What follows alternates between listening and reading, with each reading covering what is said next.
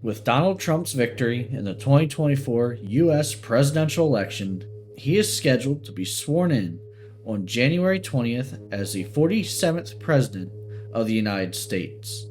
He will become just the second president to serve two non consecutive terms as President of the United States. The first to do this was Grover Cleveland. He served as the 22nd president from 1885 to 1889 and the 24th president from 1893 to 1897. Welcome back, and in this video, I want to examine the life, the presidencies, and the legacy of Grover Cleveland, one of America's lesser-known presidents. Born Stephen Grover Cleveland on March 18, 1837, Grover Cleveland was the fifth of 9 children and was the son of a Presbyterian minister. Cleveland's family moved throughout New York State several times when he was a child, and his family was relatively poor as his father's work as a minister was not sufficient enough to provide for a large family. Grover's father would die in 1853 at the age of 49 when Grover was only 16. After his father's death, Cleveland would assist by working as a teacher at the New York Institute for the Blind, with the proceeds helping support his family. In 1855, at the age of 18, Grover would move to Buffalo, New York, where he would take a job for his uncle, Lewis Allen, doing clerical work.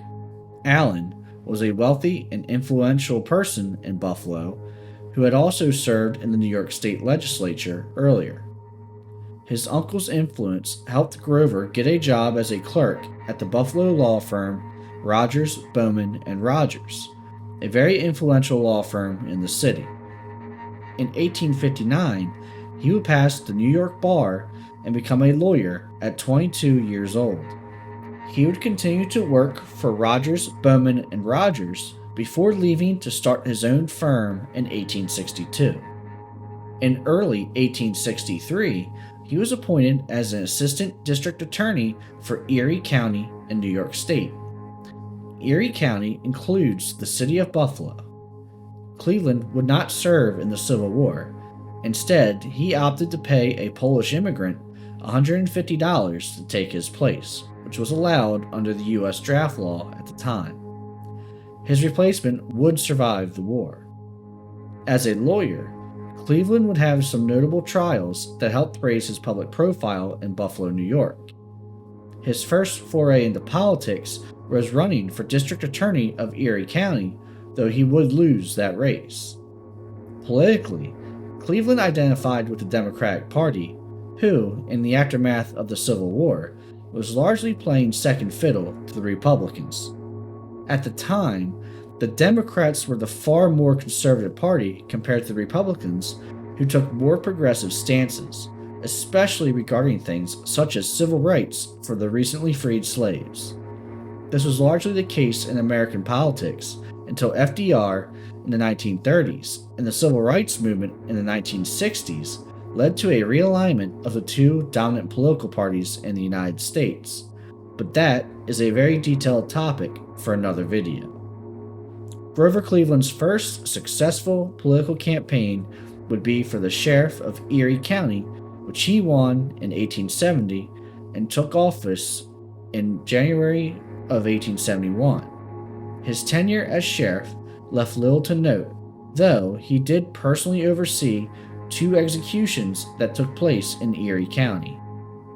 At the end of his term as sheriff, he returned to Buffalo to continue his law practice. During this hiatus from politics, Cleveland would be involved in a situation that would ultimately lead to a later scandal when he ran for president. He reportedly had a relationship with a widow named Maria Halpin, who accused him of committing R-word against her and impregnating her. It's unclear if the relationship was non-consensual or not, and it is unclear if Cleveland was the father of Halpin's son, who she named Oscar Folsom Cleveland.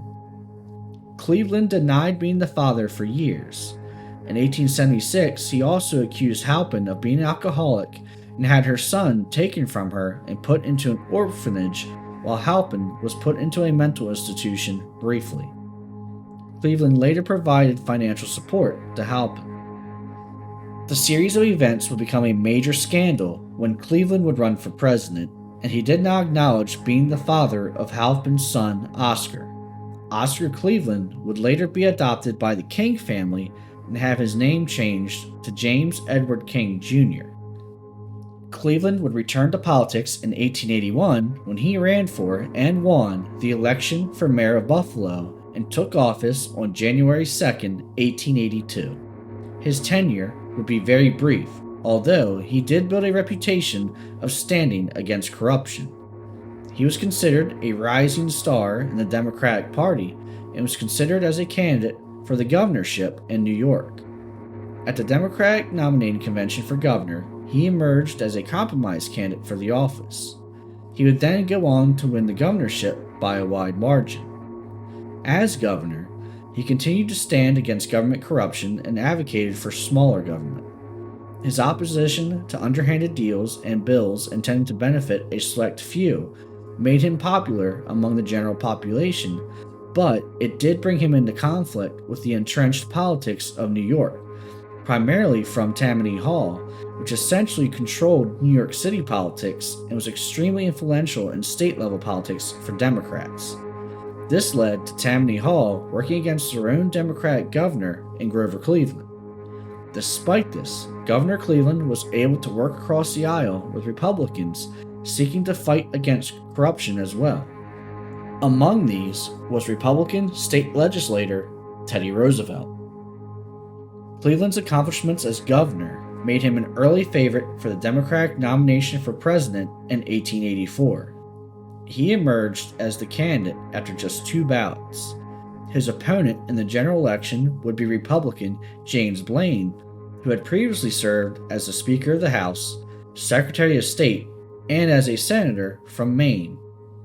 The election was an incredibly tight race that was seen largely as a toss-up. The main attack line against Cleveland was his affair with Maria Halpin, which Cleveland chose to address honestly and stated his role in the affair as well as his payments of child support to Halpin. The main attack line against James Blaine was his publicly known corruption. He had been caught accepting large sums of money in exchange for his influence in things such as land grants for railroad companies. Ultimately, Cleveland prevailed, winning 219 electoral votes to Blaine's 182, with 201 electoral votes needed to win. Cleveland also won the national popular vote by just 58,000 votes. The closest states in the election were Cleveland's home state of New York, that was also the tipping point state, and he won that by just 1,100 votes. This was followed by Michigan, which Blaine won by 3,300 votes, and Connecticut, which Cleveland won by just under 1,300 votes. He became the first Democrat elected to the presidency since James Buchanan in 1856. On March 4, 1885, at 47 years old, Grover Cleveland was sworn in as the 22nd President of the United States. Among his first major moves, President Cleveland opted to leave many Republicans in their positions that they were appointed to if they were doing their jobs well. This was opposed to prior presidents who often rewarded party members with these federal appointments. Also, Cleveland had to deal with a very divided Congress. This led to him to exercise the presidency's power of the veto, issuing 414 vetoes in his first term alone. To this day, this remains second only to FDR, who issued 635 vetoes over the course of his 4 terms as President of the United States. Perhaps President Cleveland's biggest legislative accomplishment would be the signing of the Interstate Commerce Act of 1887 that created the Interstate Commerce Commission that primarily regulated railroads in the United States. The legacy of the ICC lives on in the Surface Transportation Board that succeeded it in 1995. The ICC was the first independent agency of the federal government. It would later be joined by far more well-known agencies such as the Federal Reserve, the Securities and Exchange Commission, and the Environmental Protection Agency, among many others. A Republican-controlled Senate made it difficult for Cleveland to accomplish significant changes on other domestic issues. The main issue he pushed for was reducing tariffs, which had resulted in a budget surplus for the federal government. This was largely opposed by the Republicans and some Democrats who believed it would risk American industries not being able to compete with foreign companies. He did also get to nominate 2 justices to the Supreme Court during this time, which included a new Chief Justice. One of the more significant long-term policies of the first Cleveland administration was his pursuit of modernizing the U.S. Navy. Through his Secretary of the Navy, Cleveland helped spearhead the ordering and the construction of new, modern steel battleships and cruisers. Among the most notable of these were the USS Maine and the USS Olympia. Many of these new ships would be vital to U.S. victory in the Spanish-American War in 1898. On a personal note for the president was his marriage to Frances Folsom in 1886. She was the daughter of a longtime friend of President Cleveland and was just 21 years old compared to the 49-year-old president. They got married at the White House, and Grover Cleveland remains the only sitting president to ever get married there. The now Mrs. Cleveland would become the youngest First Lady in U.S. history. The couple would go on to have 5 children together, and they would remain married until President Cleveland's death in 1908. In 1888, President Cleveland sought re-election to a second term and was facing Republican Benjamin Harrison, a former general from the Civil War and senator from Indiana, as well as the grandson of the 9th President, William Henry Harrison. The election was another close race, but President Cleveland would fall short this time. He would lose his home state of New York by 14,000 votes, which would cost him the election. Harrison won 233 electoral votes to Cleveland's 168, with 201 needed to win. Despite losing the electoral vote, President Cleveland did triumph in the popular vote for the second consecutive election. It was the third of just 5 elections where the losing candidate won the popular vote, and the next wouldn't be until the 2000 election between George Bush and Al Gore. Harrison would be inaugurated on March 4, 1889 as the 23rd president, and the Clevelands would move to New York City and Grover would return to practicing law. The now former president initially did not wish to return to politics and instead enjoyed a relatively quiet life. He also refrained from criticizing his successor. But this all changed in 1891 when Cleveland came out and publicly began criticizing his successor's policies, namely President Harrison's policy of increasing tariffs, whereas President Cleveland had been trying to reduce them. Ultimately, Cleveland decided to run for a second, non-consecutive term in 1892. Cleveland would secure the Democratic nomination handily and would get a rematch with Harrison. In addition, both candidates would have to contend with a significant third-party challenger in the form of the Populist Party, who nominated former U.S. Representative James Weaver. The issues in 1892 remained very much the same as they were in 1888. Ultimately, Cleveland would win the rematch, securing 277 electoral votes to Harrison's 145 and Weaver's 22, with 223 needed to win. Cleveland would also win the popular vote for the 3rd consecutive election. Cleveland was able to flip New York back his way, and among the closest states included California, that Cleveland won by a mere 147 votes. With his victory in the 1892 election, Grover Cleveland made history by becoming the first person elected to a second, non-consecutive term as president. He would be sworn in on March 4, 1893, as the 24th president. The start of President Cleveland's second term was marred by the Panic of 1893, which was a stock market crash that led to a depression in the United States, as well as large-scale bank runs and layoffs throughout the nation. Cleveland worked quickly to deal with the crisis, primarily through putting the U.S. strictly on the gold standard instead of the combination gold-silver standard that President Harrison had implemented. President Cleveland was also able to reverse some of the tariff increases that Harrison had implemented.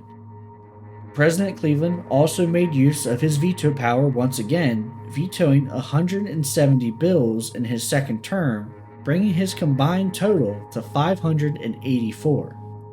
The economic crisis also resulted in massive labor strife in the country in the form of large-scale strikes, the most notable of which was the Pullman strike in Chicago in the spring and summer of 1894 against the Pullman company that produced rail cars and had laid off scores of workers because of the economic crisis. The strike also targeted the railroads that operated these cars that were produced by the company. Eventually, tens of thousands of workers became involved in the strike. President Cleveland ultimately ordered the U.S. Army to prevent striking workers from impeding trains in an extremely controversial move. Among other notable moves was on the military front, as President Cleveland continued the policies of his first term towards continuing the modernization of the U.S. Navy. In addition, he approved the adoption of the first bolt-action rifle for the U.S. Army. As the 1896 election approached, President Cleveland's party rejected many of his policies, and Cleveland had determined he was not going to seek re-election to a third term. The Democrats instead nominated 36-year-old William Jennings Bryan, who took a more progressive and pro-worker stance. He ultimately lost to William McKinley, whose presidency I covered in some detail previously. Cleveland would be the last Democrat elected president until Woodrow Wilson won the 1912 election. In the aftermath of his presidency, Grover Cleveland and his wife would retire to Princeton, New Jersey. Though he never held political office again, he occasionally made his views publicly known, and he also helped influence the Democrat nominee in the 1904 presidential election. He also consulted with President Teddy Roosevelt on several issues while Roosevelt was in office. The two had a good working relationship previously, and they were able to come to some agreements. President Cleveland would die in 1908 from a heart attack at the age of 71. His legacy as president is largely mixed. He is credited with uniting the South as a solid Democratic voting bloc, a trend that would last up until the 1960s when the realignment of the parties flipped the South to a GOP stronghold. He also is credited with making cabinet positions and other federal appointments based on merit, not party loyalty. On the negative side, his policies and positions ended up dividing the Democratic Party and contributed to their defeats in subsequent elections, leading to President Cleveland being the only Democrat elected to the presidency between 1860 and 1912. Most Americans today likely only knew of President Cleveland because of his distinction as the only president to serve 2 non-consecutive terms. In truth, most of them have only likely been made aware of his existence recently, since after the 2024 election, he's no longer the only president with that distinction. There's many details from President Cleveland's presidency and life that have been omitted or simplified, so if there's anything you'd like to see covered in more detail, please let me know in the comments below. In the meantime, please like this video and consider subscribing if you enjoy content like this, and I'll see you on the next one.